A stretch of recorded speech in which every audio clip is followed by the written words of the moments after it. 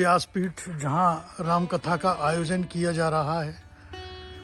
ये पंडाल सुबह का समय है, सब यहाँ अभी खाली पड़ा हुआ है और दोपहर के बाद यहाँ पूरा पंडाल ये भर जाएगा। तो मैं आपको दिखाता हूँ कहाँ हम रुके हुए थे। तो देखिए ये मेरी साइकिल तैयार है चलने के लिए और ये रूम है, इस रूम में हम रुके हुए थे। दोस्तों देखिए लखनऊ से हमारी 33वें दिन की यात्रा शुरू हो चुकी है ओमकालेश्वर की तरफ। तो ये हमारा 33वां संस्करण है यात्रा का। तो यहाँ से करीब 500 किलोमीटर की दूरी पर है।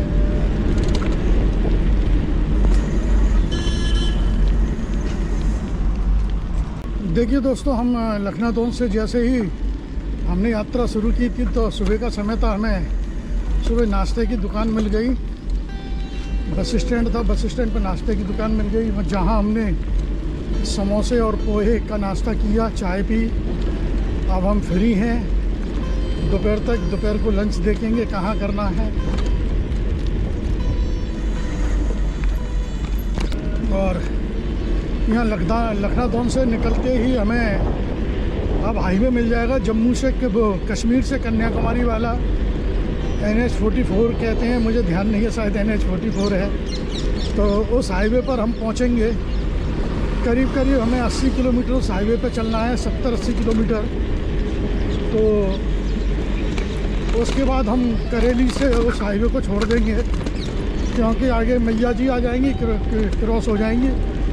तो वो सीधा कश्मीर के लिए आगरा दिल्ली होते हुए कश्मीर जा रहा है। और उस रोड की तो बात ही अलग है, उसका नाम भी है कश्मीर से कन्याकुमारी। देखिए दोस्तों, सामने जो हाईवे है ये हमें हाईवे मिल गया है कश्मीर से कन्याकुमारी। तो हमें तो इधर आगरा की तरफ जाना है।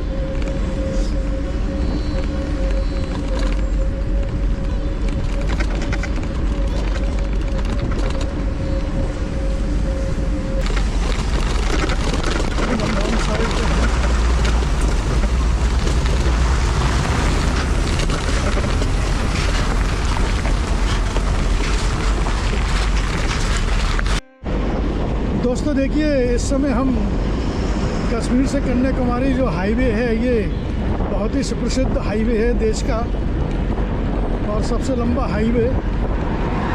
तो इस हाईवे पर अभी हमें 70-80 किलोमीटर चलना है। उसके बाद ये हमें छोड़ना पड़ेगा। तो जब तक चलते हैं, जब तक तो इस हाईवे का आनंद लेते ही हैं।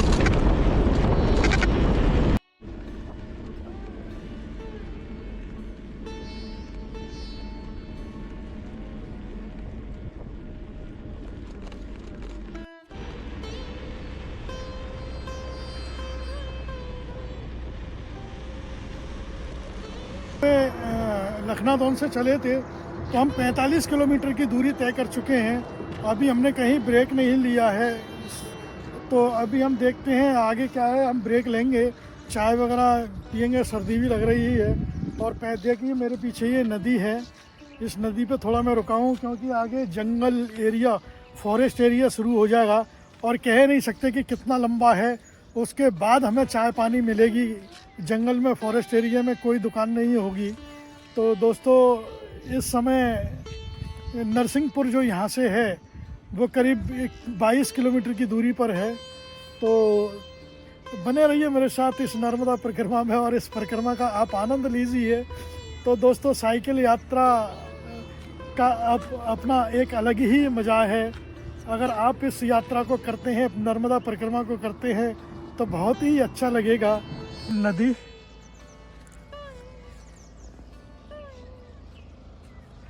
और ये सामने अब जो आप देख रहे हैं ये पूरा जंगल एरिया शुरू हो जाएगा। यहाँ जंगली जानवरों का खतरा है, जगह जगह बोट भी लगे हुए हैं। ध्यान से चलिए, जंगली जानवर रोड पर आ सकते हैं। ये पूरा जंगली एरिया है, फॉरेस्ट एरिया है और जगह जगह बोट भी लगे हुए हैं। कृपया धीरे चलें, जंगली जानवर रोड पर आ सकते हैं। और देखभाल कर चलें।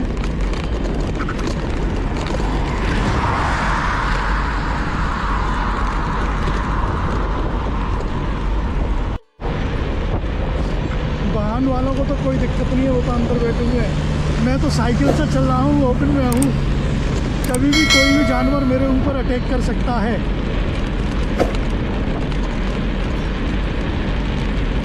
तो ये देखिए बोर्ड लगा हुआ है, सावधान वन्य प्राणी विचरण क्षेत्र, कृपया वाहन धीरे चलाएं। और शेर का, टाइगर का फोटो भी लगा हुआ है, तो इसलिए इस क्षेत्र में हमें सावधानी से चलना होगा।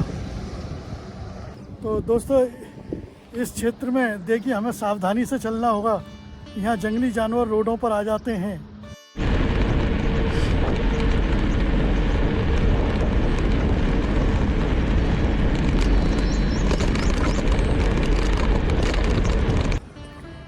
देखिए दोस्तों, आज मेरे साथ फिर एक घटना घट गई। मैं लखनऊ से चलाता तो मेरा एक बैग वहीं रह गया, जिसमें चार्जर वार्जर, केबल वेबल और जो और भी काफ़ी अर्जेंट सामान था मेरा, सब उसी में है। तो वो बैग मेरा वहीं रह गया और मैं वहाँ से करीब 55 किलोमीटर आगे आ चुका हूँ। मैं यहाँ 10 बजे आ गया था, सुबह चला था 6:30-7 बजे करीब। तो इसलिए 55 किलोमीटर चल गया, क्योंकि उधर से लखनऊ से नरसिंहपुर की तरफ आते हैं तो ढलानी ढलान है। तो दोस्तों जब मैं यहाँ ज़रूरत पड़ी उसकी बैग की, तो देखा बैग नहीं। फिर मैंने वहाँ फ़ोन किया, हमारे एक मिलने वाले हैं तिवारी जी, जान पहचान के हैं, तो उन्होंने देखा कि हाँ बैग रह गया है। तो उन्होंने बैग जो है एक बस वाले को दे दिया है।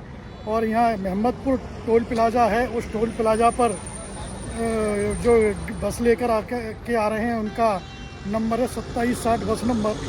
तो वो बस जो है यहाँ 12:45 पर बोला है यहाँ आ जाएगी टोल प्लाज़ा पर। तो इंतज़ार कर रहे हैं, अभी 10:30 बज रहे हैं, 10:30-11 बज रहे हैं, इंतज़ार कर रहे हैं। जैसे ही बस आएगी तो हमें वो बैग वापस मिल जाएगा। फिर उसके बाद हम यहाँ से आगे की यात्रा जारी रखेंगे। तो ये मेरे साथ एक घटना घट गई है। अगर ये बैग अगर मेरा वहाँ नहीं रहता तो मैं आज गार्डर वाला पहुँच जाता। ये मोहम्मदपुर टोल प्लाज़ा है, नरसिंहपुर से करीब 14-15 किलोमीटर पहले। तो इस टोल प्लाज़ा से होकर के वो बस निकलेगी और हमारे बैग को यहीं पर काउंटर पर दे जाएगी। यहाँ से हम अपना बैग ले लेंगे। मेरा लखनऊ में जो बैग रह गया था, वो बस वाले भाई हैं, गुड्डू भाई, बस नंबर 2760, वो मेरा यहाँ सही 1 बजे यहाँ टोल पर मेरा बैग लेकर आ गए थे और उन्होंने मुझे मेरा बैग सौंप दिया। अगर वो बैग नहीं मिलता तो मेरे लिए बहुत समस्या खड़ी हो जाती। मेरे उसमें चार्जर वार्जर सब कुछ उसी में था, ये इलेक्ट्रॉनिक सामान सारा उसी में था, तो मेरे लिए समस्या खड़ी हो जाती। और बहुत बहुत धन्यवाद उन बस वालों का जो मेरा बैग ला के दिया। और बहुत बहुत धन्यवाद तिवारी जी का लखनऊ में, जिन्होंने ये मेरा बैग यहाँ मुझ तक पहुँचवाया। तो तिवारी जी अगर आप मेरा वीडियो देख रहे हैं तो बहुत बहुत धन्यवाद आपका, जो आपने मेरा बैग मुझ तक पहुँचवाया। नर्मदे हर।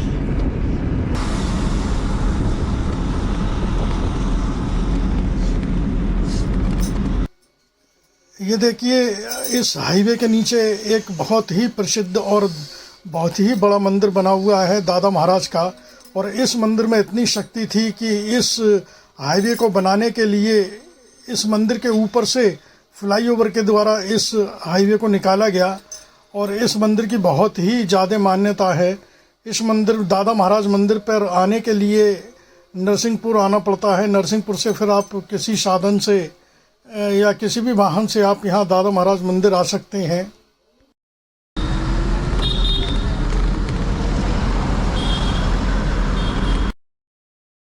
देखिए दोस्तों, नरसिंहपुर में ही ये एक भाई हैं, मोटरसाइकिल पर चल रहे हैं। इन्होंने बहुत ज़बरदस्ती किया है कि आप चाय पीजिए, चाय के लिए ऑफ़र किया है। तो चलिए चलते हैं, चाय पीते हैं। चाय पीने के बाद फिर हम आगे बढ़ते हैं। दोस्तों देखिए, इस समय हम नरसिंहपुर में हैं, तो ये भैया जी मिले थे, इन्होंने हमें चाय का ऑफ़र किया। तो इन्होंने हमें चाय ऑफ़र की, चाय पी, चाय पीने के बाद अब हमारी आगे की यात्रा शुरू होती है। तो भैया जी आपका शुभ नाम? आपका शुभ नाम? दीपक सिंह बजरिया। दीपक सिंह बजरिया। आपको कहना चाहते हो कुछ? बस भाई की सेवा पे हैं, भाई साहब को सपोर्ट कर रहे हैं।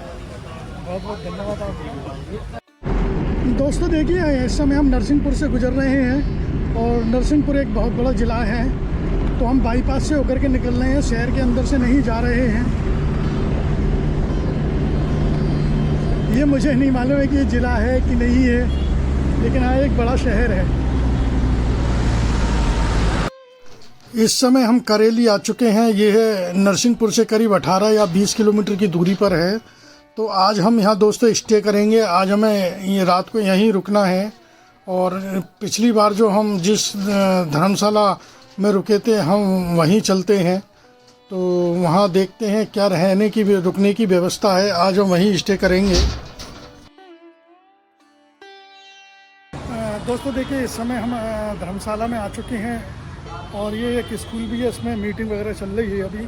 सामने जो मेरे पीछे हॉल है, इसमें हमें रहना है। और ये मेरी साइकिल यहाँ खड़ी हुई है, कुछ पर मारती भी हैं, तो यहाँ थोड़ा इंतज़ार करना पड़ेगा, उनकी मीटिंग ख़त्म हो जाएगी। तो हमारा जो आसन बिस्तर है जो भी है वो अंदर लगाएंगे, वहीं आज हम विश्राम करेंगे और इसी जगह हम स्टे करेंगे।